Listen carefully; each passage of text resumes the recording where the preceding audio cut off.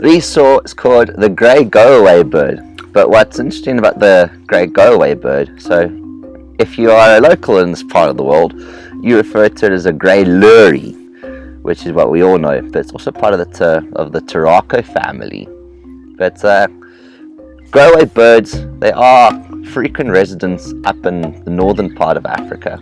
There's a vast range of go-away birds. It's not just the grey go-away, it's the only one that you get in southern Africa here. But up in northern Africa, you get a whole variety of them.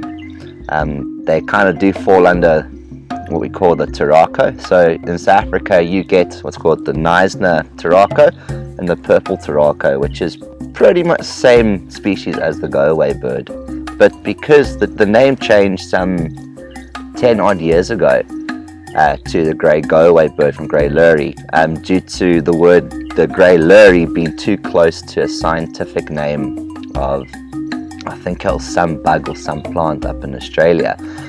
So the Australian Bird Society, they basically said, no, we need to change it to the grey go-away bird.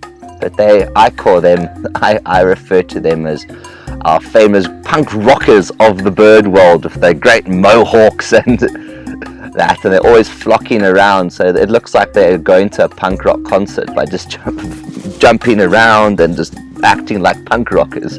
I enjoy grey go-away birds. They are called that. Well, one of the theories why they're called that is because their call sounds like away, away. So it sounds like they're saying their name, go away.